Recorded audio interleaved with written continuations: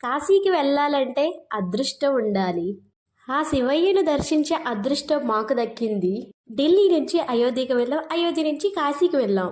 ఏంటంటే మేము మా ఆయన వాళ్ళ ఫ్రెండ్ వాళ్ళ ఫ్యామిలీ వెళ్ళడం వల్ల అక్కడ ఉండే ఫ్రెండ్స్ ద్వారా రూమ్ బుక్ చేసుకున్నాం. మేము అప్పటికప్పుడు రూమ్ బుక్ చేయడం వల్ల రూమ్ కాస్ట్ ఎక్కువ పడింది.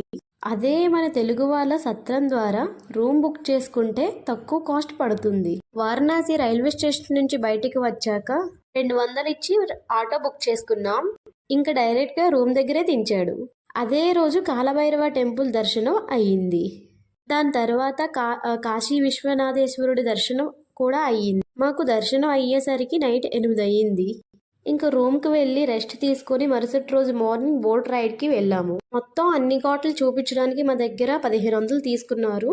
అది పర్సనల్ బోట్లో వెళ్ళాం. అన్ని ఘాట్లలో కల్లా ప్రత్యేకమైన ఘాటు మణికర్ణిక ఘాట్.